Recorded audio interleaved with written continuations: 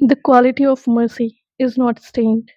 दया का भाव तो स्वभाव है, दया किसी के दबाव में नहीं उमड़ती। नमस्कार, आप देख रहे हैं जीएस करंट लॉ।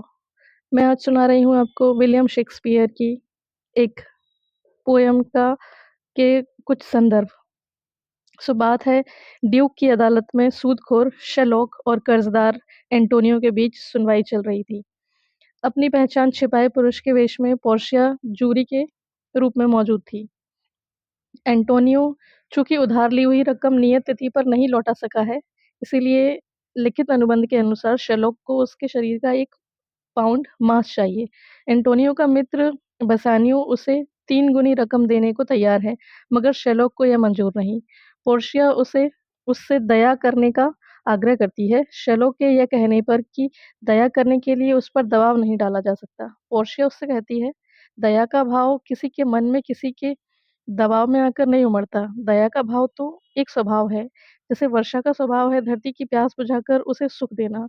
वह किसी के दबाव में आकर ऐसी नहीं करती। दया दोनों को धन्य करती है, उसको भी जिसने दया की और उसको भी जिसने दया पाई। परम शक्तिशाली की भी सबसे बड़ी शक्ति होती है ये। सम्राट के ताज को अवमंडित कर सकती है दया। वैभव, भय और आतंक का सीमित सम्राट का राजदंड लौकिक और अल्पकालिक ही होता है, मगर दया उससे हृदय के सिंहासन पर बैठकर उसे परम उदात्त बना सकती है।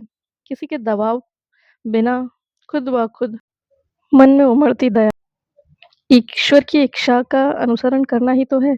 दया करने के ईश्वरीय गुण को आप भी अपनाएँ।